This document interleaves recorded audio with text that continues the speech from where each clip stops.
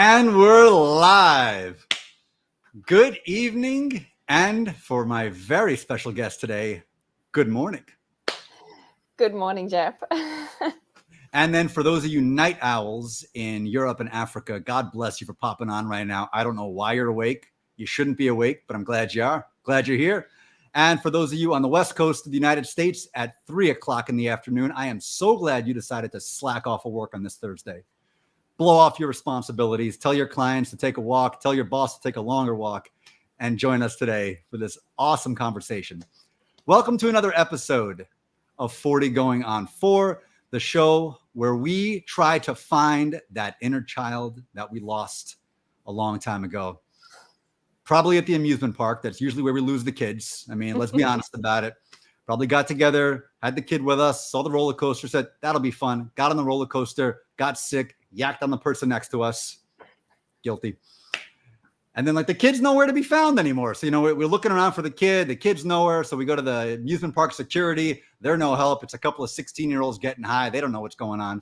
And then decades and decades and decades accumulate, and we still can't find that inner child. And then one day we wake up and we're 40, 45, 50, 55, 65, and we have no idea where that child is, but we're desperate to get them back. I have an incredible guest today who will help us back on that road. Lisa Marree is here from the incredible land of Queensland, Australia. Yes. Lisa, take it away. Hello. Thank you so much. What a great introduction. And I think I purposefully lost myself in an amusement park, just so you can keep playing on those rides a little bit longer. Yep. And yes, we are in Tomorrowland. It's Friday morning here. And it's such a weird concept, isn't it? So look at all those beautiful people on. So good morning to my beautiful friends. Oh gosh, going on 40. How exciting. That is just a brilliant concept, because yes, people do. I think they get scared about aging. Whereas me, I'm so excited about it because I've crossed the half century. I turned 54 this year. And the beautiful thing about the first 50 years, they were really crappy, seriously bad. Just to name a few, I was an abused child, took all that into my adulthood. So I decided to have a couple of abusive marriages just to keep the cycle going. The second one left me facing bankruptcy with $500,000 debt, and I was homeless for a while. During all that phase, by the time I was 33, I'd been chopped up by surgery about 15, 16 times. There's been a total of 18 times now. I was chronically ill. I was lower limb disabled through an injury in the army. And so, it's been a long road. And through all of that, I had to find the will to keep going. And I figured that the first 50 years, because I'm all about wellness, like mind, body, and soul, like the whole deal, because you just can't work on something and neglect the others, because you still have a broken vehicle. You do.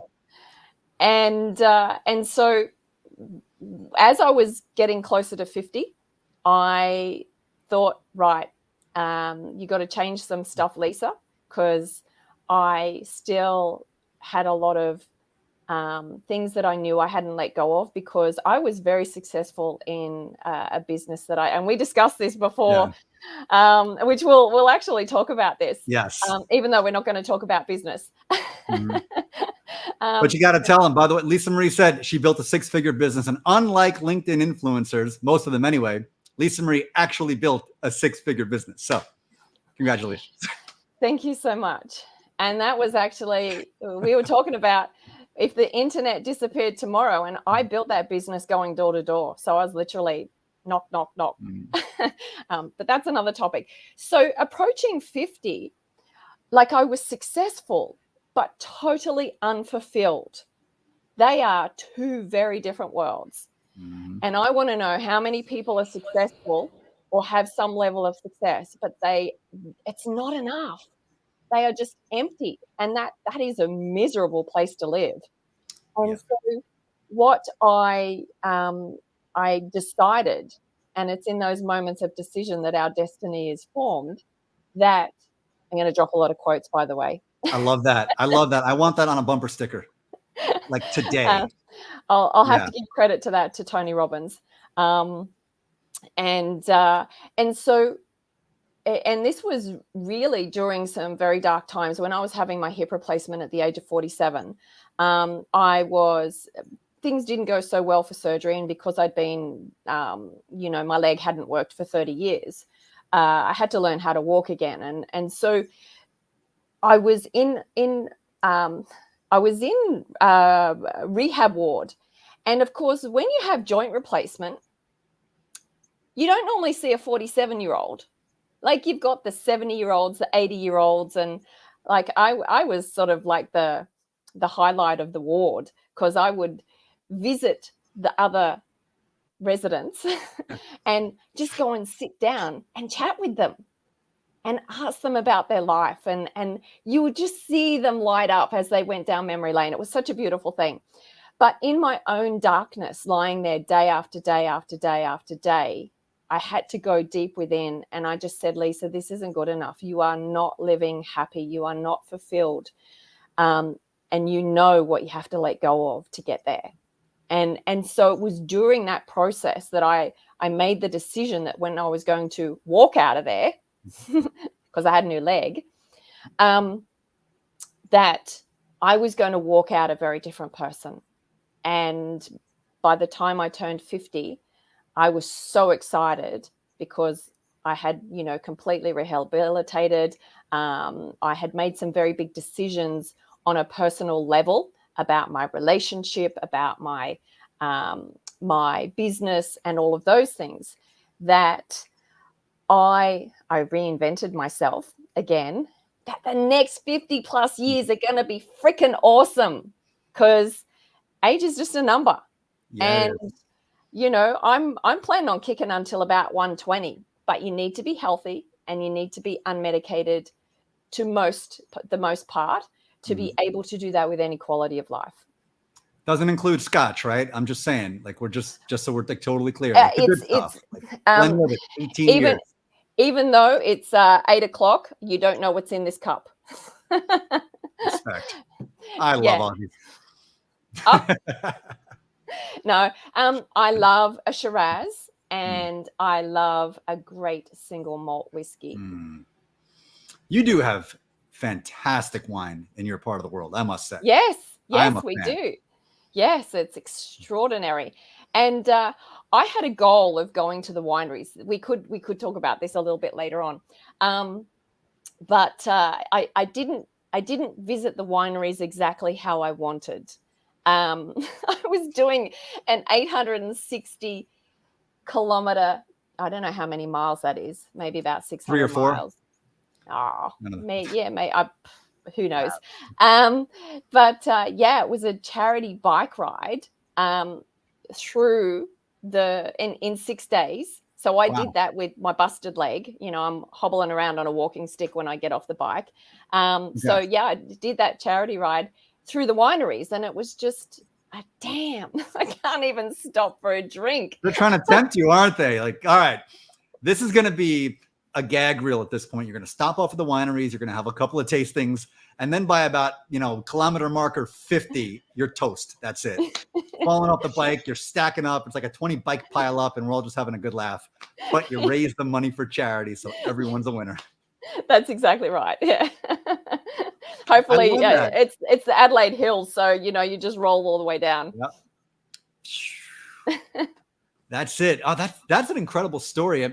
Now, at what point? Now, you were talking about when you were in there, obviously your transformation into the bionic woman, you're getting the new parts, and you're coming out there, you got all the synthetics, but like, I'm ready to roll. It's like time for 50 more glorious years. At what point did that start becoming real to you? At what point did that come from your mind into a everyday kinetic reality where you're interacting with people, you're seeing things, and you're internalizing it? Do you mean once I got out of the hospital? Yeah, once you got out, at what point did that idea of the best years of my life are starting now, when did that start becoming very real to you? Um, it was still taking off layers. Like there's a lot. And I ain't done yet, I don't think. Yeah. I don't, I'm a student of life. I don't believe we are ever done. We can only just keep stepping higher and higher into our greatness, because it's all there, and we just have to allow ourselves. And that's the biggest thing, is that if you can sort of imagine my identity, even on stage, and because I was a speaker in leadership development, and so here's this young chick on a walking stick, and people would be really inspired, because I would tell a little bit of my story, and so my identity was actually attached to that disabled person, and so it was a real interesting morph into. I had to let that, because I was on probably walking aids for at least 18 months post hip replacement. It was a pretty slow recovery. And it was almost like I'm actually scared to let that go, because I didn't know what it was like to walk without it. And, people didn't know Lisa without it either. And so it was a really interesting. I had to get the confidence to be able to trust the process, that this new version of me was going to be just as inspiring and, I'll toot my own horn, powerful, because I believe that to be able to get to where I it was through courage and resilience and bravery to just not top myself, end it all. I considered that as a teenager, but I moved past that. And so it was just day by day belief system, but the rituals, the personal rituals that I have, that I've maintained now for literally 30 odd years, is part of my building block process of continuing to reinvent the new me every single day. That one of my beautiful mentors said, just wake up today and do a little bit better than yesterday. And that's a great way to live. Don't try and go from zero to hero, because you'll fail in your head even before you start. So it's like, I'm starting another diet. This one's going to fail too. So It's a really good point. It's a really good point. I think I'm really glad you said that, Lisa, because we get caught up a lot in this influencer culture, on LinkedIn, Instagram, everywhere else, TikTok, farmersonly.com, wherever. This idea I've not heard of that. Oh, that's a special one. Oh, we got a lot of great ones here. This idea of zero to hero instantaneously seems to be part of the zeitgeist, and it's not realistic, and yet we see it. I'm not sure if we even see it in real life, but we see it spoken as if it's happening. And we internalize, well, why aren't I doing that? Why haven't I become that instantaneous sensation, not only in terms of getting, 50,000, 100,000 followers, but why haven't I lost the 20 pounds in 2 weeks like I planned on doing? And why don't I have every great new habit that I planned on doing? And why aren't I kind to everybody immediately? And why don't I patch up the relationship with my brother? Why don't I do any of these things?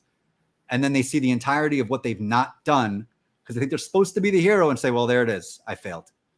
And there it is. So what do you do when you have those moments where that narrative starts to kind of pile up? And I know you have mechanisms now that you may not have had in the past to deal with that. But a lot of people I know who are watching, they have that voice, that I'm a failure voice, and it's just screaming at them.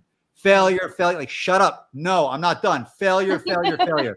Lisa, what do you do when that voice shows up to you? Yeah, well, it doesn't. Okay. Even better. Okay. Of course, there is self-judgment to the point of reflection. That's a really healthy self-critiquing, but not comparing it to somebody who hasn't lived your life, who doesn't have the same skill set as you. Like there's no two individuals are the same, and yet we are consumed by all day long, and just comparing ourselves. So that's actually hardwired into your nervous system. And as long as you keep feeding that thing, you're going to keep having that conversation. And most people don't know, but we have about 70,000 thoughts a day. And most of them are on an unconscious level. But that mind chatter, that conversation, that your mind is always listening. So, all of this inner dialogue that we're having is you're listening to that, and you're just confirming what you don't like.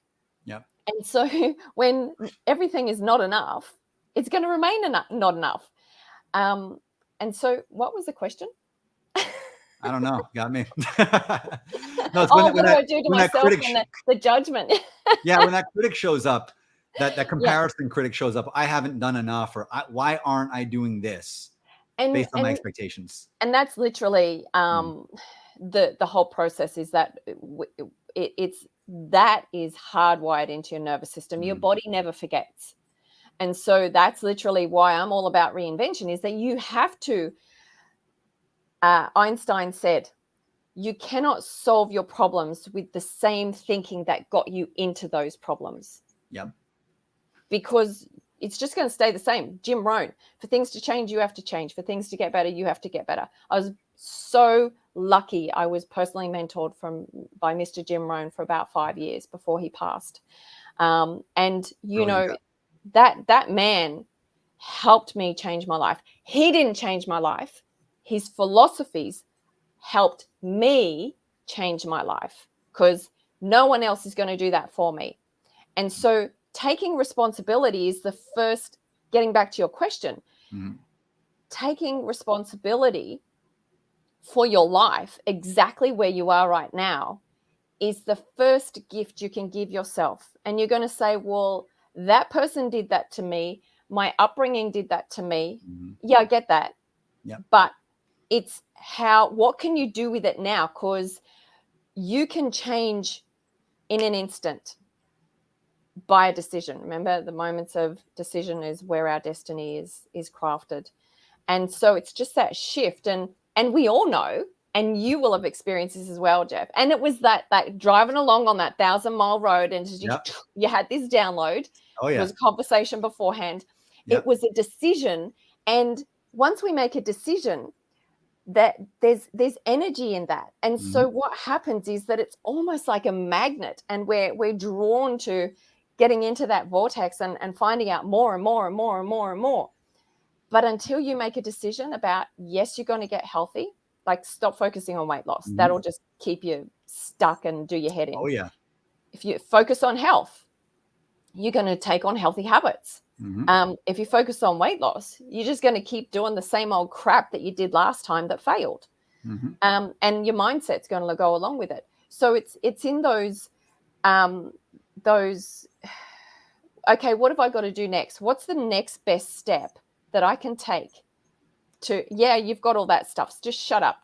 I'm going to take a break from you for 5 minutes.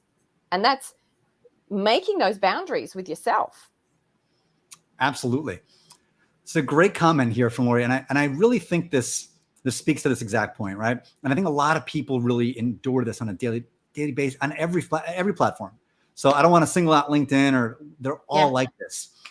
The minute you're scrolling, there's a comparison that kicks in, and there's death by 1,000 comparison cuts.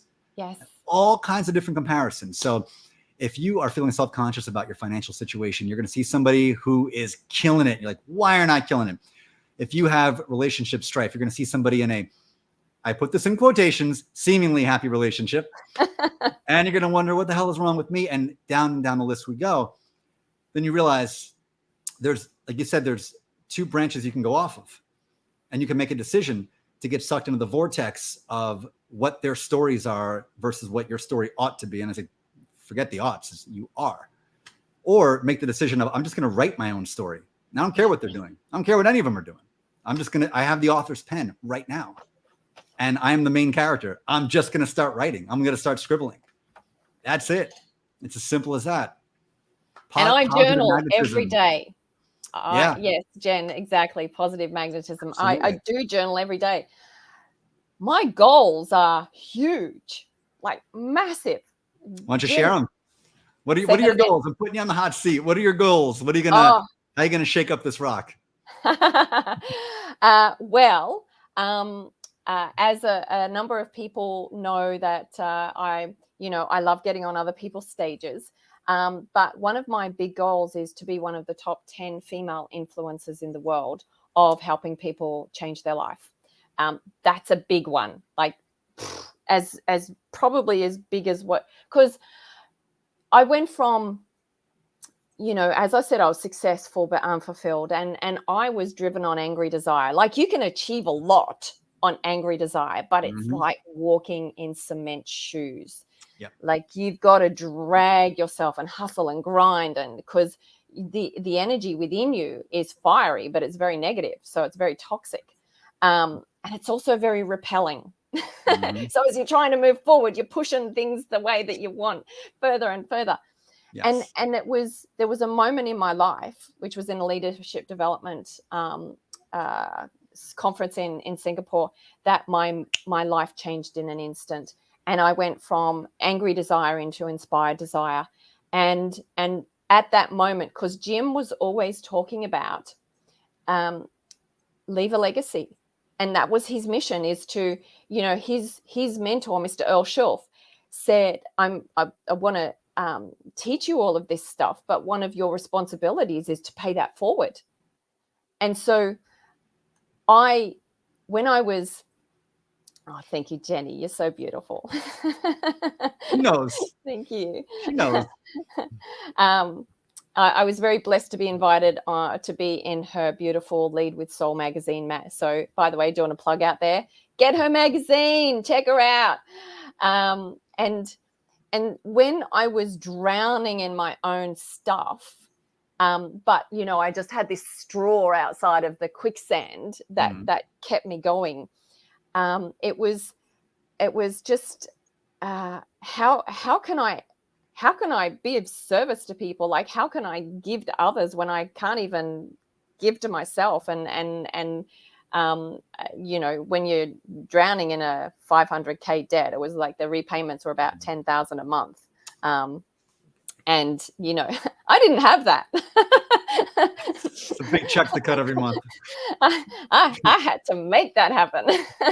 So through door knocking, Oh yeah. hello, will you Yep. help me? I can help you.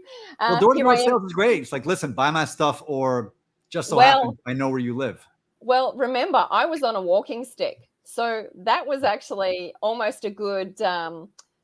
People may have felt sorry for me to start with. So there's always a fun side to stuff, isn't There's there? always an angle.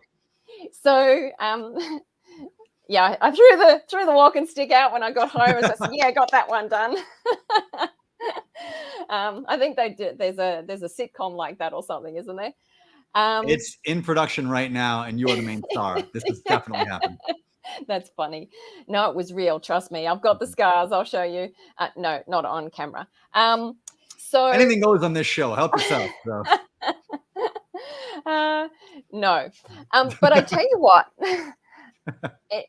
I may actually get banned from LinkedIn forever because it's a Yeah, hip you and me replacement, both. buddy. I'm always walking on that razor's edge. So Let's what's change one the little wind subject. gust? These are my shoes. So, it's about always being happy and making sure I got my slippers on. I working from home, I wear them all day, isn't that so? I look down and I smile. So it was, and the other thing is I was exposed to metaphysics and meditation and Tai Chi when I was 14. So that really, for me, learning a little bit about the Buddhist philosophy as well, is that it was all about, you know, self, and this concept of self, and you have to actually, and life is suffering, and I'm thinking, yeah, I got that part, Mm-hmm. but Yeah. you know, you've got to be a servant to other people, and I'm thinking, no, I've got to look after me. Yep. That is how people live unconsciously. And so when I flipped from that angry desire into inspired desire, it was like whoosh. Mhm. Now I get it. I can help change the world. I have to leave a legacy. I want to change people's lives so future generations don't suffer. That was literally what was going through my head. And so I don't know how we got onto this topic, but it was Jim Rohn, Leave a Legacy. But hey, we're here. I love it. And I want to talk more about that legacy idea. And this is something a lot of people in midlife really wrestle with. Mm, And this idea of legacy as, I have to have my name on this building, or I have to be known as somebody who did this.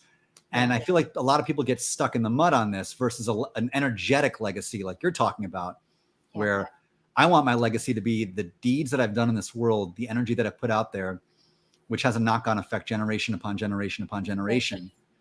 So why do you think people get hung up on this legacy idea at midlife? Where do you think this comes from? it's more than ever now, because for all the people who are trying to do an online business, like the world of online coaching has just, like, it's a mega trend. It's one of the fastest growing industries in the world, thanks to 2020. And of course, we got a lot of people who have been in a job their whole life. And now all of a sudden, a small business owner, and they have no business skills, no business knowledge. That's a huge learning curve. Like, I went from a white lab coat looking down a microscope into knocking on doors trying to get a penny. And it was, and that's correct. A legacy is who you are being in every moment, Alina. So that one of the things that especially my partner and I, because, we were both quite badly abused growing up. And we've got his whiteboard here. Like, he's the analytical guy, his brain, I'm sure, is multi-spectrum. We're talking cheese, but it works really well. Fire and ice, as you said. Perfect. So we've got a podcast up there of just an idea. Not that we're going to do that at the moment, because it requires a lot of energy to really add value to the marketplace. And that was what Jim was all about, is you get paid for the value that you add to the marketplace. And it just came to me, it was breaking the cycle. And so this is a long way to answer your question, is there's an expectation as we grow up that we should be significant and have achieved all of these things. Well, if you're living your full potential, that is true. But if you're not, you won't. It's as black and white as that. But the whole legacy concept is now online. Find your purpose and leave a legacy. And people are hearing that. Once again, they're going, oh, look at that person. What's my purpose? I don't know. Yeah. They don't know what their purpose is. A lot of that is because they don't go still enough to turn the volume down and actually listen to their inner intuition, which is their true self. But what the biggest legacy you can do for yourself and your family is to be the best role model in all areas of life, and not cast your expectations and your belief systems onto your children, because unfortunately a lot of our own belief systems are pretty screwed up because of that generational cycle of what our parents went through, what their parents went through, blah, blah, blah, blah. And so that's part of our inner turmoil, our inner fight, is that we're wired by our parents and their parents and their parents' belief systems. And that's not us. No. And so we've got this inner war going on of, I want to live my life this way, but this is who I am. Well, it's not. It's who you are currently, but who you want to be, and it can happen. You just got to work for it. Yeah. But I think by midlife, we have this, and once again, it's just It's the expectation. Who made those expectations? It's incredible. I mean, you think about that. Think about tribes that have been uncontacted in the Amazon. Yeah. Ask somebody in that tribe if they care about having their name on a building. First of all, they don't know what a building is. That helps. But assuming they did, all right, that tree over there, do you want your name carved on that tree? Why would they care? Why does that matter? They're living presently in every single moment. I'm not saying we should return to a pre-industrialization civilization, although some people like that. And good bless you. That's great. But the core of how people live in their most natural state is something we all had at one time in our lives. And then the idea of legacy gets implanted into us. We didn't come up with it independently. That's the most interesting thing about it. We didn't come up with any of our belief systems independently. And yet we adopt them as gospel, all of them. Yes. And we live according to that which has been implanted. It's incredible. It's like programming. Have you been to the Amazon? Is that an experience that you had of using that example? I have not been in the Amazon. A good friend of mine actually spent a lot of time down there. Yeah. And he came back and he gave me the whole rundown. And he only saw the tribes from a distance. So they had like very clear orders to not actually land and interact with them because it was not going to end well. But he was so fascinated just taking them in from afar and satellite imagery, and said they're essentially living as, and I don't want to say this patronizingly, not as children per se, but as inner children.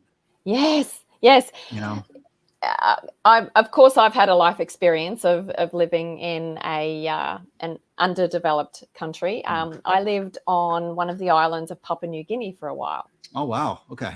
And it was a couple of months. And Jeff is the Amazon. That's so cute. So that got me distracted for a moment because something was going on in my head here, which I shall not I shall not say out loud.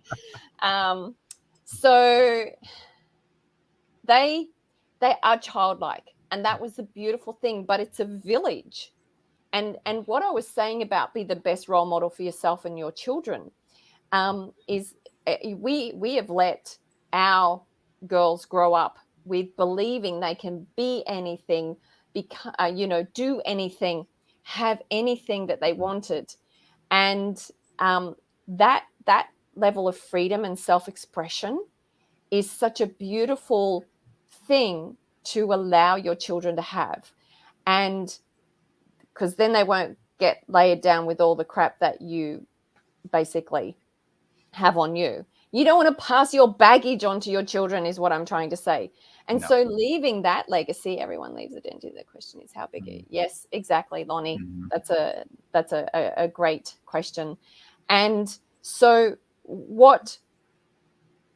even just breaking the cycle, if there's anything that you may have got out of this conversation, it was self-reflection. If you do have children, self-reflection on how you can accept them for who they are, no matter what, like that whole no matter what, accept you for who you are, no matter what, because we're all lumpy and bumpy and got faults on us, but don't live as a fault finder.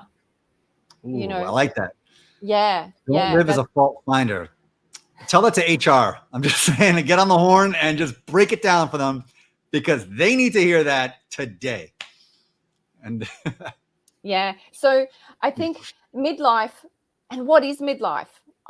It was a funny thing in Australia.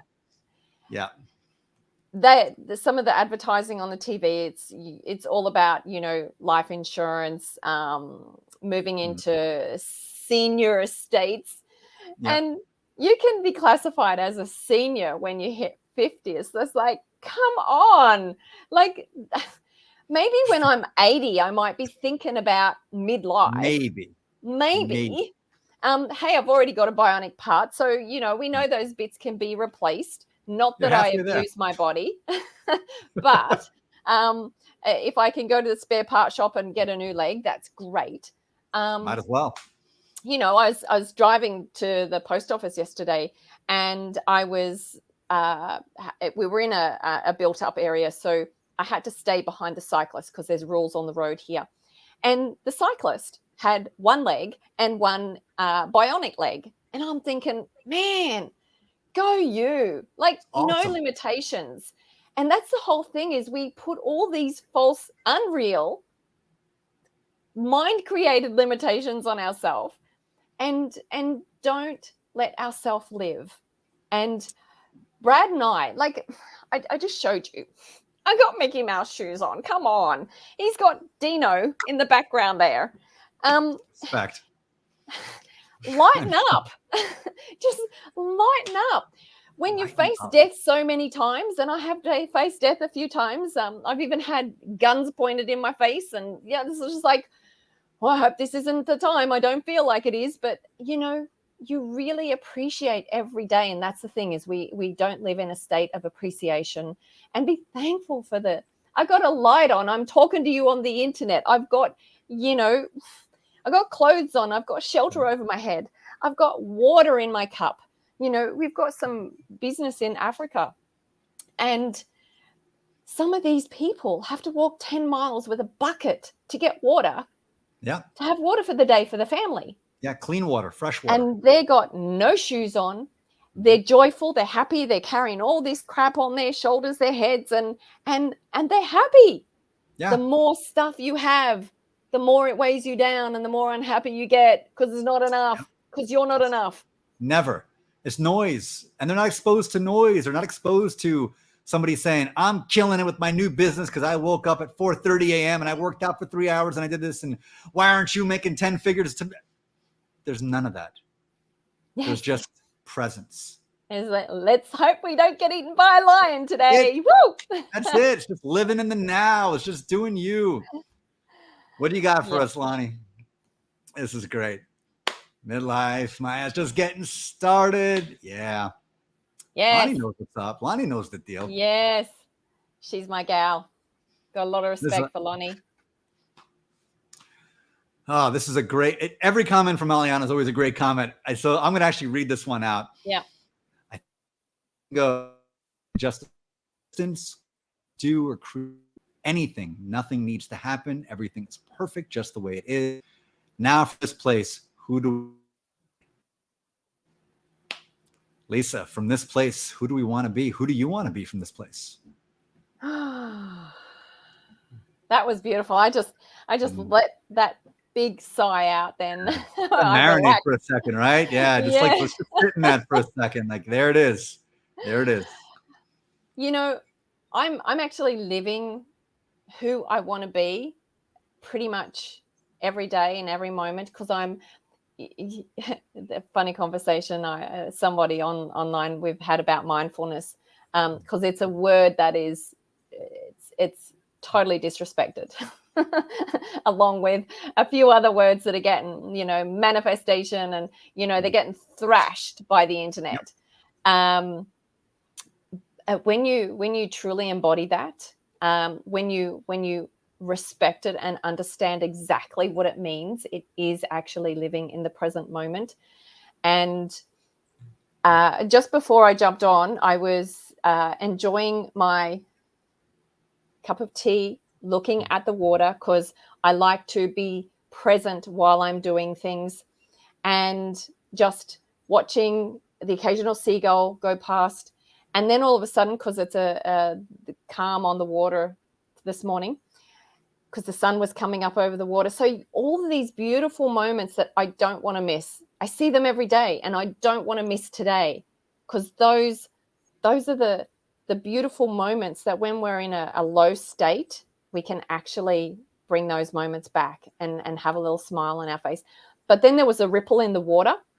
It's about 50 meters to the water's edge. It's still water because we're on a river here. And what first of all, I didn't know what it was, because sometimes there's tiny little schools of bait fish that just scatter across the water. But it got to the point where I could see it was a stingray. And I'm doing the motion. See, I'll do it with you. You will not have to be alone in stingray motions on this show. I don't leave anybody hanging out to dry. I got you. This is living in the moment. This is what it is. And so I get to be who I want to be, but also I have the vision of who I want to become, because like I said, I'm a student of life. I'm forever growing. I'm forever evolving, and we are limitless. We are infinite possibility. And when you embrace that, when you understand that, and when you love every moment, I don't love every moment. Do I argue with my partner? Of course I do. We're we're fire and ice. Two very different souls. Such as domestic life. But we have a lot of common interests and a common mission and vision to make the world a better place. And so we're also growing together, and that keeps each other in check. I do, and Brad will openly admit this, that I do a lot more self work than what he does, and that could be the whole girl boy thing. I don't really know, or it could just be a Brad and Lisa thing. So it's yeah, I just want to be the best I possibly can be, because that is what life is about, is to grow into your full potential and let go of all the crap that, that was lessons. It literally was. We're born beautiful, bubbling bliss bombs of joy with an empty database. We've come in, although we're already, our nervous system is whatever our mother experienced. And so if she was living in a traumatic environment or substance abuse and all of that, it is actually part of us. So we can be born into a very stressful environment, but still innate by nature. Just like the body only wants to be well, they put bionic bits in and my leg healed. It's the process of we evolve. We only can get better. And so I'll stop talking. Keep talking. I think I speak for everybody here when I say we want more of Lisa talking. I absolutely love that, because I think that really speaks to something that I think really talk about things that get lost at midlife. I think that profoundly gets lost at midlife. This idea of no matter what's happened to us, we can use it to make us better and stronger and wiser and kinder. And yet, for many of us, because of all these nervous system accumulations that it interprets as trauma and that sit on us as trauma that we've not transmutated yet, we sit inside of it and say, these things that have happened to me have destroyed me. Yes. And I'm a shell of what I once was because of it. I'm not stronger. I am much weaker than I used to be because of it. And God, what I wouldn't give to be 20 years younger before all this shit happened. Pardon my French. This idea of these things have destroyed me. They've taken my soul, and I've got nothing left. And when we reach midlife, at times we can get stuck there, and that can sit on us for the rest of our days. And then one day we look back and all we are doing is talking about how great things were when we were 19. And how incredibly tragic is that? Yes, I'm making a note so I can circle back to a particular word. But there's an incredible saying, and I do not know, somebody else might know who made this quote, is that it's like drinking poison every day and hoping the other person dies. So we allow what happened in the past to hurt us every single day, even if that person has passed on. Mm-hmm. Day after day after day, that person is still hurting us. That is just silly, if I can just say that. You got to do some work. But as you said, living in the past and when I'm down, I do grab for my phone, but I go for my photo gallery and look at Disneyland, and I look at me in a helicopter going over a live volcano, and I flood myself with those memories of happiness and say, yep, this is just a winter for now, because Jim Rohn always talks about the seasons of life, and we all cyclic. There's many, many personal winters that we go through, but guess what? Spring always comes. Always. It's always there. And even if the situation itself kinetically doesn't change, your approach to it will over Yes. time. Yes. That's So just the nature of the beast. that whole the event plus your response or reaction, Nelson Mandela. Yes, I think so. Um, the event plus your normal reaction equals the outcome. When Mhm. you just stop before that trigger moment and you reevaluate your response, the outcome can be completely different. Oh yeah. So that's a Jack Canfield equation, by the way, Yeah. out of the Yeah, it Success is. Principles. I want some chicken soup now that you're talking about Yeah, yeah, oh buddy Jack. is look, there's a big library in there because I've had to drown those 70,000 thoughts a day with Hmm. so much new programming that literally that is my language. So Yeah. the biggest thing that people say on their deathbed is they regret they did not do XYZ when they had the opportunity. Yeah. Absolutely. It's a great quote by Alexandra Ellis. Great quote. And that's it. That's the core of it. That's the core of it right there. It's we don't know who we are until we've walked through the fire. Yes. And the cool thing is we've all reached a point now where we have walked through many fires collectively and individually. And the one gift of the past 3 years, besides the fact that I get to have fun with the word pivot forever because of it, is that everybody on this planet has suffered a serious trauma. And nobody can say, I've had a charm life anymore, because nobody's had a charm life after the past couple of years. There's been adversity for everybody on some level. So we've all gone through the fire. We've all been the steel, though, that's gone through the fire. We've all been the refined steel through the fire. And what's really great about that is the agency to say, because I've gone through that, now I get to choose who I want to be today. Yes. And I've got a hell of a story to tell. Yes. Yeah. You can That's choose today. magical. That's beautiful. Yeah. And a similar quote to the one Laurie put up was by Bob Marley is you don't know how strong you can be until you have to be, basically. Yeah. So yes, the sun is always waiting behind the clouds. Lonnie, that something, I don't know, someone made a comment about, because we had some rain here, heaven forbid, during our winter, as you saw my beautiful sunshine. Hate to see it. And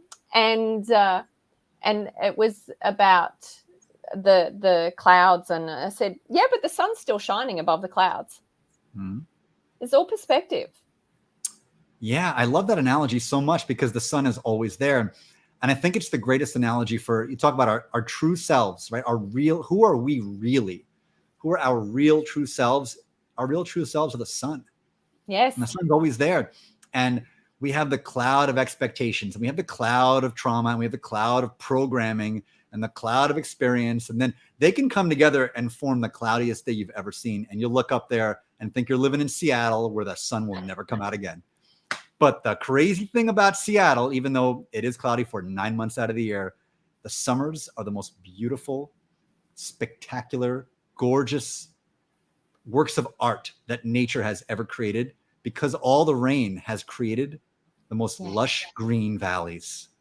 And then you get to immerse in it when that sun comes out. So all you out there, if you're having that Seattle winter, that 9-month slice of hell, first of all, we love you and we're here for you. And I think we both mean that genuinely, that we really got you through this. Mm-hmm. But the sun will come out, the clouds will pass. And when that happens, you're going to experience summer in a way you've never experienced it before. Yes. Ever. Yes. And it's that harvest time, more Jim Rohn, that harvest time is what you just gather as many nuts as you can, stuff your little cheeks and, get that stockpile, because the winter will come again.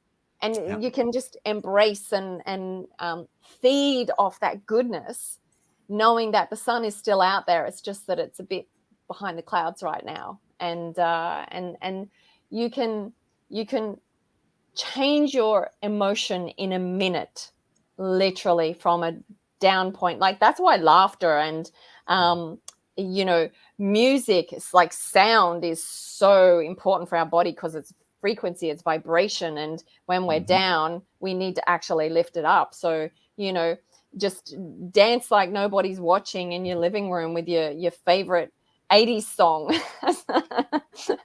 Yeah, And do some really bad moonwalking, or just I make did yourself that. laugh. I'm telling you, Lisa, I danced like nobody was watching, and then I realized my webcam on, and everybody was watching, and it was a catastrophe. But I still danced, and it was a good time. I would recommend that to anybody, because at the end of the day, we come and we go in this form.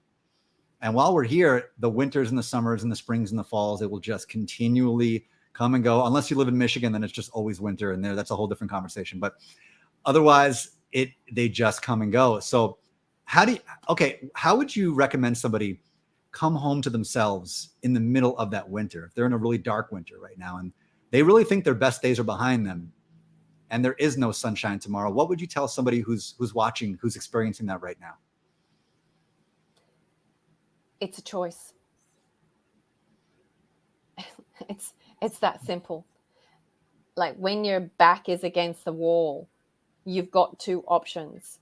You can drown in the quicksand, or you can choose to make the best of whatever you have, even if it's nothing, been there, and just start with that.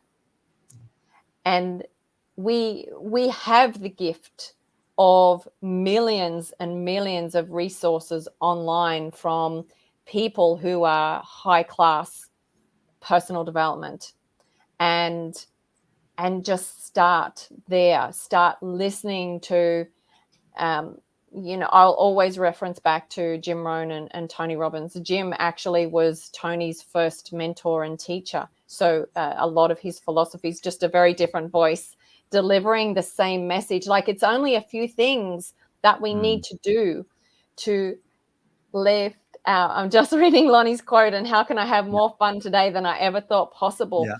And that, if you woke up and said that each day, your brain is actually, it's like a heat-seeking missile. It's going to only focus on those things. Your brain can only focus on the instruction you give it. And Yep. so I actually, apart from this morning, I don't look at my phone for at least 3 hours from the moment my eyes wake up in the morning, because as soon as I go down that hole, I'm now living somebody else's life, somebody else's expectations. And I don't judge what goes online, because I know 99.999% of it's fake. And that's a really sad place for that person to live as well, is to portray their life as one thing, but they're dying in sadness and misery, and behind all their makeup, they're unhappy with who they are. And so you just have to make the decision. You choose to be happy, or you choose to be sad. The beautiful thing when I was working as a medical scientist is that I was in oncology. And I brought this topic up when I was talking on Dr. Constance's show, is that I felt I was blessed to be surrounded by people who were dying, because it gave me contrast of how miserable and sick and in pain and sad that I was living. Their fate was worse than mine. They were literally fighting life and death with their cancer. And so guess what? A lot of them, when they were coming to their final days, they were bright, they were happy, they had accepted, okay, well, this life is done. And the gift that they would give their families of leaving them with the joy, the love of those last few days was incredible. And it was just like, wake up, Lisa, Yeah. Like, what am I doing? come on, girl, Yeah. just stop it. And so it's always, someone's always going to be worse than you. And just remember, you have a choice to take that first step forward to change. You 100% responsibility for your life, 100% responsibility for your life. Absolutely. To make that first step forward, to make today better than what it was yesterday. Even if your circumstance, your exterior does not change, you can change your internal environment. You have that power.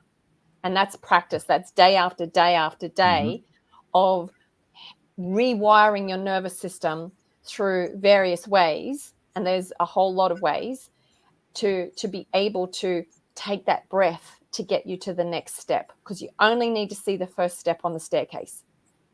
That's it. It's one step at a time. And it's the most cliche thing, but it's the truest thing. Yeah. That one step at a time. I love that. You know, one thing I've tried, I wouldn't say tried, I actually applied, and I've seen it work wonders beyond my ability to even articulate, is a reframing. When I'm having a bad day or getting in one of those rabbit holes again, I think, what if I chose this? What if I chose this before I got here? Now we're getting woo-woo, and that's cool because we do that a lot on this show too. But it was kind of the main thesis behind the last book I put out here. I'm not going to give a cheap plug for it now. We're here with Lisa Marree, The Path to Perfectia. Get it on Amazon. But this my idea book's coming, by the way. If Lisa Marie's got a book, you've got to read it. I don't even care what you wrote. I'm buying it. It's coming. Thank you. It's going to be amazing. I'm so excited to read that. Just this idea of, what if we chose this? What if this were what we decided to do on the other side? What if this were the challenge we gave ourselves? And I heard somebody put this beautifully. Imagine you are a sprinter and you're just sprinting around the track, doing your thing. Well, eventually you're going to get bored just sprinting around the track. What if you decide to put an obstacle on the track? All right, now I want to work my legs. I want to see how high I can jump. I want to see if I can scale this thing. Well, let's say you do that. Awesome. You do that a few times. Well, I want something even more challenging. You put a higher one in. Well, guess what? You put the higher one in and you jump and it bashes you in the knee and you come on down and you're holding your knee in pain and you're cursing the obstacle. What kind of an idiot would put that on the course? Who would do that? I would have never signed up for this. Meanwhile, you're the one who put it there just to see if you could do it. And while we're cursing this moment that we're going through, while we're cursing this piece of contrast, if you will, this adversity, what if the whole thing were our idea? And imagine reframing it to that. No matter what you're going through, reframing it to, what if it were my idea to do this, just to see if I could, just see if I could beat it, not wallow in it, but beat it.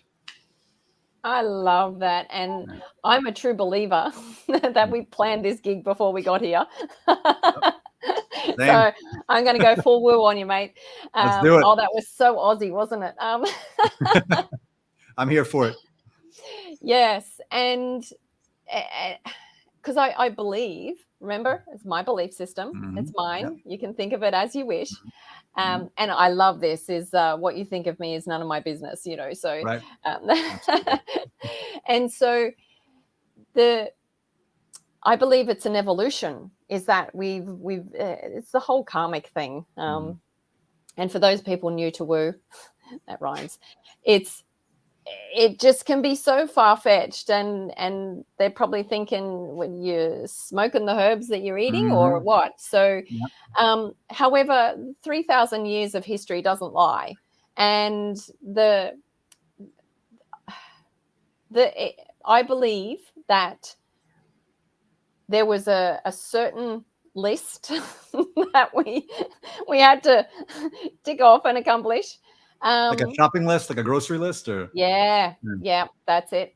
I'm going to pick those parents to do that to me, and I'm going to make sure I have that many illnesses and that injury, and you can actually, when you move through tragedy and trauma, like hitting the wall and busting your knee, when you move past that, most of the time you've actually grown and you've become a different person to be able to get over that obstacle. And that's the whole process of the lessons are actually gifts in disguise if you are determined to grow in this lifetime. And that is really what my belief system is that I did stack them up. Like there was but it's probably not done. But the beautiful thing about it is that the person I'm growing into, the person I'm becoming, is able to deal with tragedy, trauma, crisis, all of these things in such a better way, and not allowing them to consume my life, but it might be a ripple in my life to then, and it's all about being a role model, is teaching that forward, of helping people overcome the wall that they're at right at this moment, and being able to model what they do to be able to get over that wall. That's exactly it. Once they see, they'll understand that it's possible. Those coming behind you will understand that this doesn't have to be the end. And there's just something beautiful about that. That's exactly it. It's growing pains. It's growing pains. Like, don't post that. I will start singing the growing pains theme, talk about the 80s. Nobody wants to hear that. That I can say confidently. Nobody wants. There's a few shows that smile. Yeah, we did get that show down here. Yeah, it's such a good show. But, talking about shows, I think that's a really important thing, is that when you're miserable, put a funny movie on, put something funny on. I've probably watched the whole series of MASH like 900 times. I could sit down to MASH. I could sit down to Seinfeld. And it's all horses for courses. It might not be your cup of tea, but go find something that is going to make your belly laugh while life's falling down around your ears. And I take little notes as you're saying things, so I can circle back to a word. Yeah. Because I know we're at the hour point. So, when you want to, cut the show, let me know. That rhymed. I've got some little rhymes going on here. Killing it today. Loving it. I'm a poet and I don't know it. Woo! Okay. Yeah, you are. What's this magic word you've been sitting on for half an hour? No, it's only just now. Okay. If I can see it, I'll believe it. Wrong way round. I can see it. Okay. Because people think they've got to physically see this 3D thing to have it be real. Well, you see it in your head first. It's going to happen. I have seen that in a way that absolutely blew my mind. Please tell. Wow. Okay, so I'll try to say this without giving any book spoilers away, but let's put it this way. There was something I wrote in the book in December that was a sequence of events that involved something getting a write-up in a newspaper, a full page write-up in a New York daily newspaper. This was written in the book, followed by it being picked up by a talk show. Yep.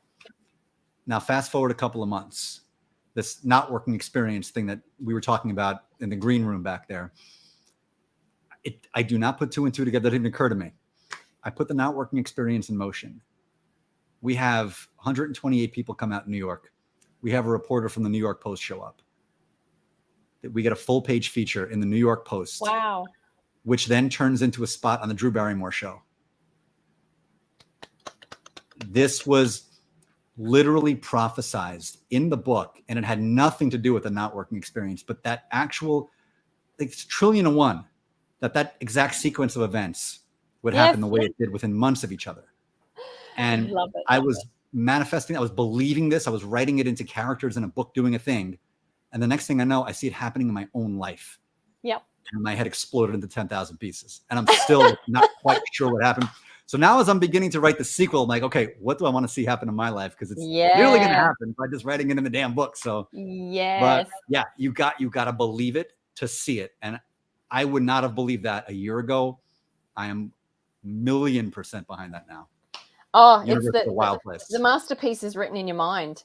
And it's truly incredible, because as I was climbing out of my debt recovery plan, I was aligned with a nutrition company that had annual vacation promotions. And because I didn't have money to go on holiday, I would just put up where I wanted to go. And that was the vacation announcement for that year. That happened 17 times. That is all over the world. So That is cruises, awesome. Vietnam, Fiji, Atlantis Resort in the Caribbean, New Caledonia, Bali, you name it. I did it, baby. The web that we weave for ourselves in the energetic sphere. It's fun. They say, God, as above, so below, as below, so above, and just how it weaves together and just shows up. And this is where belief is so important. And this is what we had as kids. Yes. We had this belief as kids that we could do anything, be anything, go anywhere, accomplish anything, experience anything. And then we're at 40, we're like, maybe I could do like something. I don't know. Maybe like, go there for 3 days with the kids and whatever. Like, no, you can do whatever. Like, blow your own mind and watch the universe blow your mind in response. Like, watch that mirror each other. Just watch it happen. Yes. We put little Batman suits and Superman suits on it, and we believe we are.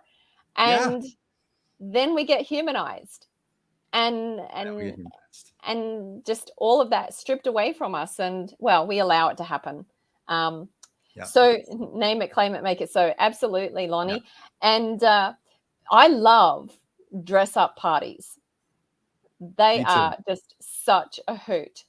And I will go as just a wild character. And actually, was it one of Jack Canfield's books or seminars that he spoke? There was a go as who you want to be person. And it was, people went along with Monopoly money, and it was just like, I'm a multimillionaire. We're not going to make fun of Canadian money on this program. Come on, we're trying to be polite here. No, let's not do that now. So, well, Australian dollar, well, that hurts. It really hurts because everything online is US dollars. So, we'll just times that by 2. Cha-ching. Yeah. So funny story, but it's a beautiful trip if you just setting goals. For me is about setting them and just letting them go and just because as soon as you start angsting over it, it's all that negative energy against it. You're pushing it away. It's all the resistance. Takes it back. Yep. You put it out there, but the minute you start freaking out, like it's just like you polarize it right back to you.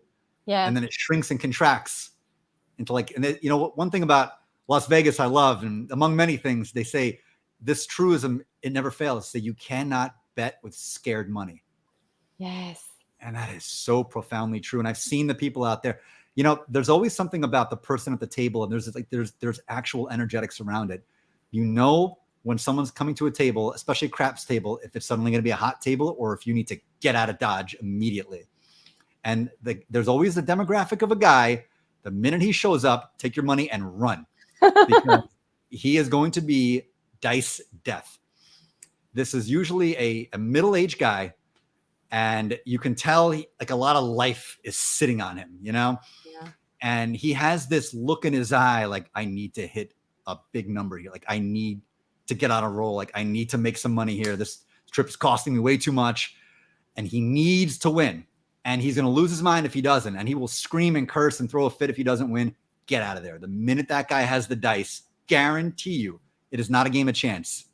You are finished. The whole table is finished. I've seen it over and over again. Yeah.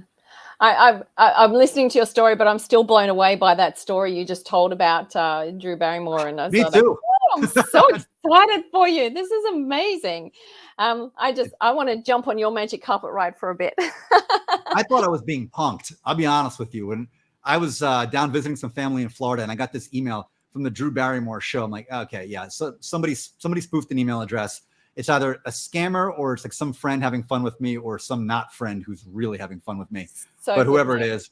And I'm like CBS, Viacom, and I'm doing the whole thing. Is actually legit. And they did a whole segment on it. It was amazing. So it's so there. Good. Like, you're watching out there. This universe is your playground. Never forget that.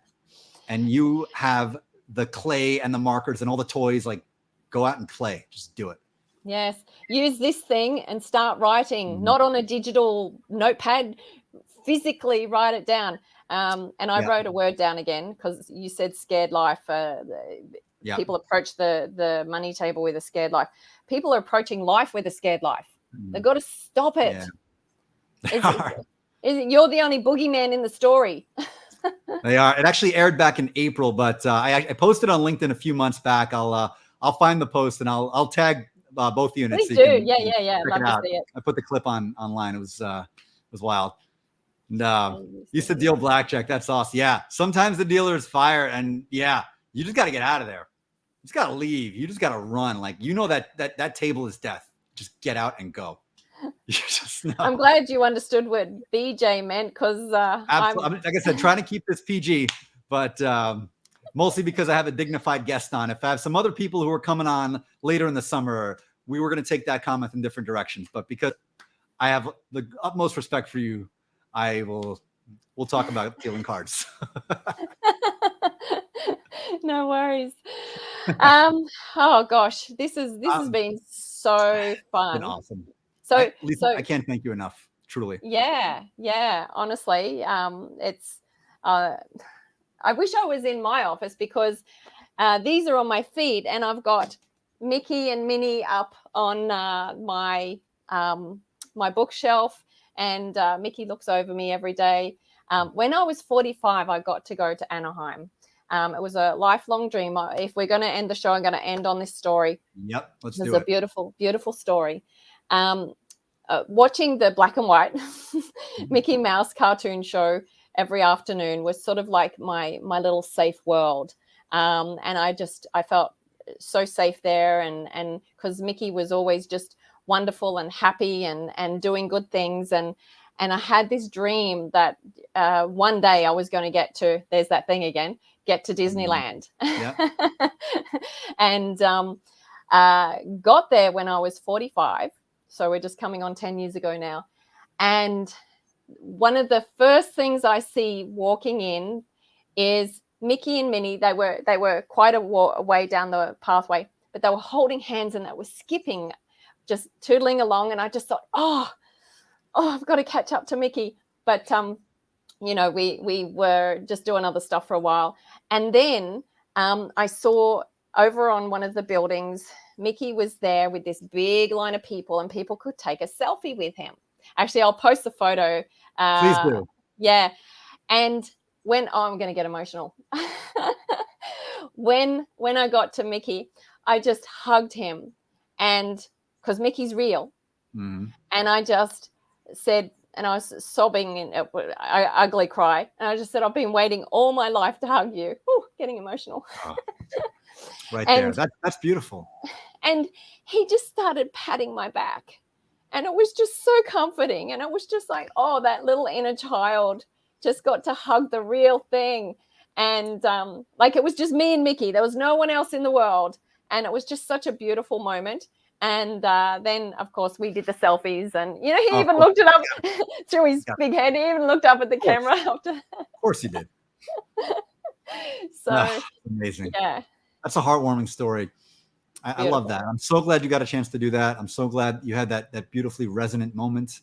Yes. And it was just building toward it. And everybody out there is watching. Thank you so much for joining us. And we're wishing you your own Mickey moment. It's still there for you. I promise. Go get it. Yeah. And if you've not yet connected with Lisa Marree, do so stat. You will be better for it, as I certainly am. And thank you. Lisa Marree, you're the best. An honor. Can't thank you enough. Truly, thank you so much from the bottom of my heart. This has been incredible. Yes, and the same. Thank you so much. It's been fun. It's been emotional. It's been woo. It's been everything. So thank you so much for the opportunity, and thank you to all the people who were actually on and just being part of the moment as well. Appreciate each and every one of you. Thank you, and come on down next week, and you are going to love our guest next week. We have the one, the only Claire Soul is coming on July 14th, noon Eastern time. So I don't know, 2 a.m. So get some coffee down there. Join us live. Friends, enjoy the evening. Enjoy the morning. Love you all. Thank you. Thank you. Bye-bye.